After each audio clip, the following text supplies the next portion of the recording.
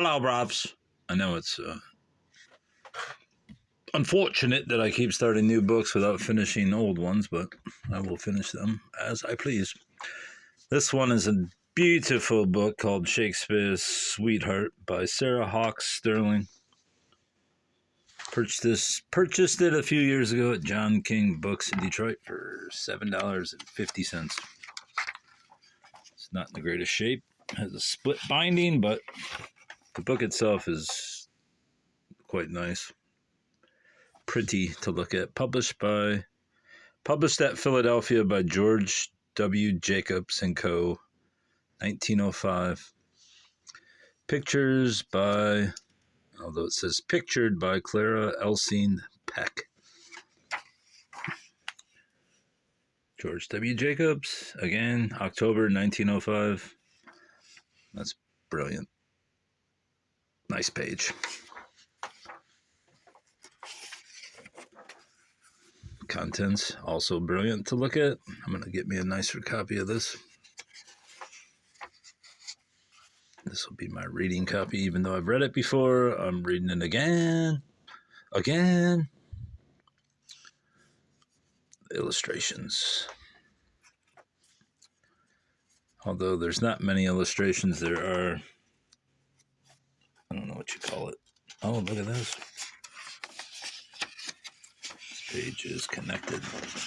See if I can see inside here. Basically just that same decorative stoof. I should cut that at some point. How Master John came to Stratford. 5 years have now passed since he left us, and the world that will forever love and mourn him. 5 times have the seasons run their course since he fell asleep beside the Avon, never to waken more. 5 long and lonely years. And yet, to me it seems that he is never far away. Lonely in body have I been, but never hath my soul dwelt solitary. My grief for him is as no other's, yet my joy is such as none can ever take from me. I was his, he was mine, the world's poet was my beloved too. It makes me almost catch my breath to say it, and I often marvel why this crown of my life was given me. 'Tis a mystery sweet as strange, a very sacrament of wonder and of love. And a mystery, whether human or divine, we may adore but never comprehend. For I was Shakespeare's sweetheart, verily, and alone his sweetheart, even after I became his wedded wife. From that first wondrous day, when we read in each other's eyes the newborn love, which was to live forever, to the time when he left me for a while, 5 years ago, nay, even until now, I am Shakespeare's sweetheart. And so it is my right, as it is also my pride and delight, to tell the story of our love for the great multitudes who held Will dear, for the shadowy unborn multitudes who shall pay homage to this memory in years to come. Truly, the story is sacred to me, but he is not mine alone. He is also the world's, the world that loved him, that he loved. After all, however, Master Ben Jonson is responsible for my trying to tell this tale of mine. For yesterday, with a great noise and bustle, as is his wont, he rode up to the gates of New Place and called loudly for me. I was sitting in the garden sewing, and the instant after he had bellowed forth my name, he beheld me. "Good morrow, Mr. Shakespeare," he cried, waving his hand to me. "Thou art the very dame I wish to see. Art weary, art busy? If so, I will leave my urn until later. This sorry nag of mine must be stabbed at the inn." And he gave a vicious dig at the poor beast he bestrode. Master Jonson is not at his best on horseback. "I am neither weary nor busy, Master Jonson," I replied, walking down to the gateway, that we might converse more freely. "Prithee, come in at once. Will's friends are always welcome at New Place." "Marry, it is about Will that I would speak with thee," he said bluntly, looking at me with shrewd, kindly eyes. "Moreover, I am mistaken sorely if my errand shall not please thee." Natheless, I'm not sure, I've never seen that, even though I've read this book. Natheless, on my way hither, I ordered dinner at the inn, and I must even go there first. Then I will return. And it, like thee, I have many things to talk about. I expressed my pleasure at the prospect, and he looked delighted. I will return then, as speedily as may be, he said, beginning a somewhat unsuccessful attempt to turn his horse about. Au revoir, Mistress Shakespeare, and may all the gods of Olympus, the devil take thee, thou evil-faced, sorry steed. Accursed be the day I hired thee. Wilt thou obey my rein? Ah, at last. Go on, thou imp of Satan. With which cheerful adjuration Master Johnson ambled away, too absorbed in guiding his steed to take further notice of me then. I laughed a little as I watched his ungraceful progress, but as I turned from the gate, I sighed. Master Johnson had been Will's true friend. They had loved each other right well.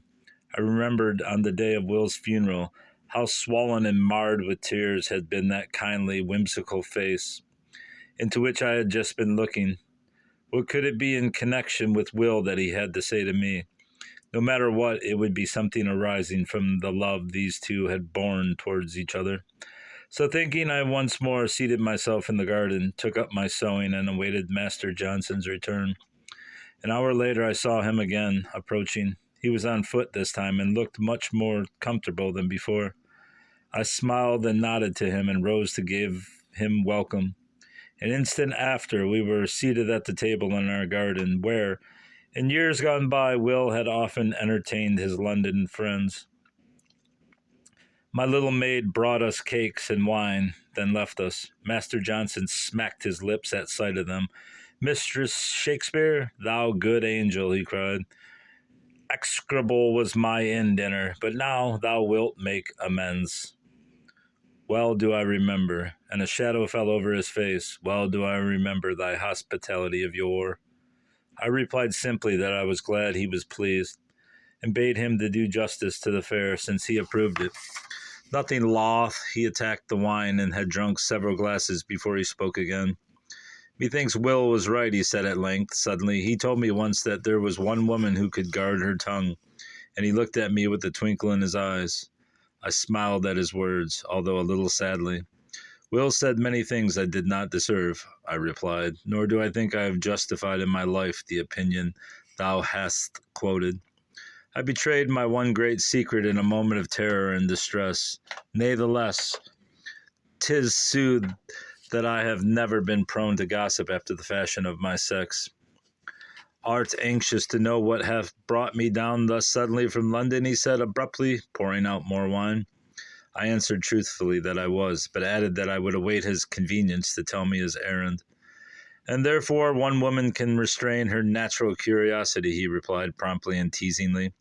Will was right. Well, virtue shall be rewarded, and I will tell thee at once. Thou knowest Will's plays, Hamlet, Romeus and Juliet, Much Ado, and the rest? I nodded silently, my eyes fixed upon his face. And soothly, he continued, gazing at me thoughtfully, I think I know now why the women of Will's plays are what they are. The rest of us cannot picture women.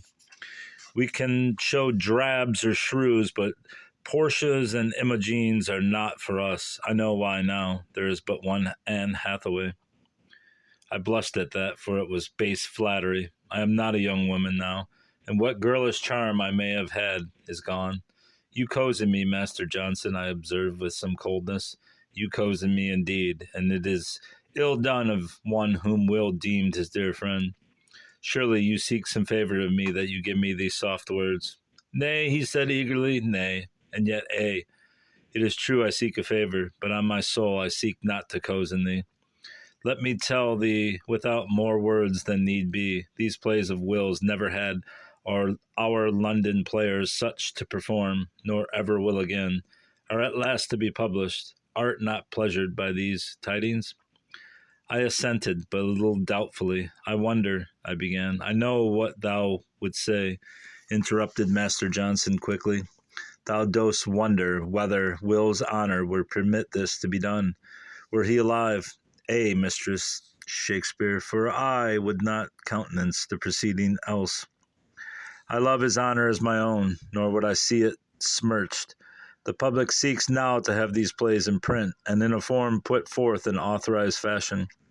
While Will lived, it was different. He sought not a dishonorable double profit, after the fashion of some. Having sold his play to the theater, he took it not also to the printers. But now conditions are changed. Were Will himself alive, he would do what John Hemming and John Condell seek to do for him, to prepare the plays for publication. Their work is one of love, but of necessity imperfect. Would that he were here to do it for himself. God knows I wish it sore. He dropped his face into his hands and was silent for an instant. As for me, sudden tears blinded me, as I sat gazing at the garden with eyes that beheld, as in a vision, the beloved form I could no longer see with mortal sight. For a moment we sat thus. Then, with an impetuous movement, Master Johnson raised his head, and rapidly pouring out 2 glasses of wine, handed one to me. To his memory, he cried, holding the other aloft. To his memory, and to his soul's rest. Will Shakespeare, comrade and poet. We drank the little toast together. It is glad news indeed, then, I said, since the act smircheth not his honor. I shall be right glad to see the plays in lawful printed form. Thou wilt superintend the task, Master Johnson? Ay, he answered, flushing with delight at my pleased tone. There was always much of the child about him, despite his learning. I am glad that thou approvest. Were it otherwise, the enterprise would end forthwith. Ay, I will see that as few errors are made as may be. Master Hemming and Master Condell will perform their tasks faithfully, I am sure. And I, he began to feel in his pockets. I have here a copy of some verses I have written, which are to be printed as preface to the volume. I brought them down to Stratford, thinking they would be of interest to thee. He had found the lines by this time in the chaos of his pockets. He pushed back the wine glasses and cleared his throat portentously, then paused and looked at me anxiously. Perchance, he began, perchance thou dost not care to hear them? They are faulty lines enough, unworthy of the subject. But at least they are written by one who loved Will right dearly. And no other apology is needed, if need there be for any, I said gently. Proceed, Master Johnson. I know already that the verses will pleasure me greatly. He cleared his throat again and began to read in a somewhat pompous tone. Although with real feeling, I sat listening, my head resting on my hand. Mingled with Master Johnson's voice were the old familiar ones of the wind and of the river, the soft sighing of the breeze, the low murmur of the Avon, which always whispered to me one name, Will, Will, Will. To draw no envy, Shakespeare, on thy name, am I thus ample to thy book and fame, while I confess thy writings to be such as neither man nor muse can praise too much. Thus the stately beginning, followed by lines equaling them in felicity and beauty. How perfect the tribute that came an instant later. Soul of the age, the applause, delight, the wonder of our stage. My Shakespeare, rise, I will not lodge thee by Chaucer or Spencer, or bid Beaumont lie a little further to make thee a room. Thou art a monument without a tomb, and art alive still, while thy book doth live. The verses continued, a perfect and gracious tribute from one poet to another. All know them well, yet I will put down the magnificent closing lines because I love them. Sweet swan of Avon, what a sight it were to see thee in our waters yet appear, and make those flights upon the banks of Thames, that so did take Eliza and our James. But stay, I see thee in the hemisphere, advanced and made a constellation there. Shine forth, thou star of poets, and with rage or influence chide or cheer the drooping stage, which, since thy flight from hence, hath mourned like night, and despairs day, but for thy volume's light. Master Johnson looked at me as he finished without a trace of his usual noise and bluster. Art pleased with the verses, Mistress Shakespeare? Yes, simply. They're worthy of Will's dear friend, I answered. I thank thee, Master Johnson. They are noble lines. Then he said, Since thou art pleased with them, and with the idea of the volume they are to prefix, I am emboldened to tell thee my chief errand to Stratford. I will not write here what he said next. At first I was so aghast at his proposal that I refused, in a panic at the idea. But at last, after he had talked long to me and made me understand his reason for the request, I wavered, then pondered and finally gave my consent. When he left me, I had begun to look forward to the task. His London comrades can speak of him as player and as poet, said Master Johnson. Thou alone, Mistress Shakespeare, knew him as lover and as man. One other, indeed. He paused abruptly and hastily changed his sentence. This being so, I prithee tell his love story for the world that loves him. I knew well what his unfinished sentence meant, and who that one was to whom he referred. He did not know that I knew, but he will when he reads all I shall write. That dark lady of whom he spoke caused me much anguish once, but now when my life has reached its evening, I can remember even her with pity and forgiveness. So, obeying Master Johnson, I set about my unaccustomed task. I am not a learned woman, yet I feel no fear, rather a strange confidence. Is it that the theme inspires me, or does Will's spirit enfold and strengthen me as I begin this labor of love? Truly, I do not know, but verily my happiness as I do so is strangely deep and sweet. Here follows then my love story and his. 'Tis for the world, and the world may one day forget him, although I think not so. Nay, meseems that the glory he brought to Stratford and to England is not like to fade away, but that Stratford and England will honor forevermore Will Shakespeare, poet and player. Mayhap, however, this is but a fond woman's fancy. What the heck are these? Some days you can't do wrong. I don't know what these have to do with the book, but yeah. All right, that's the end of that. The end. Chapter 1. Until next time, goodbye.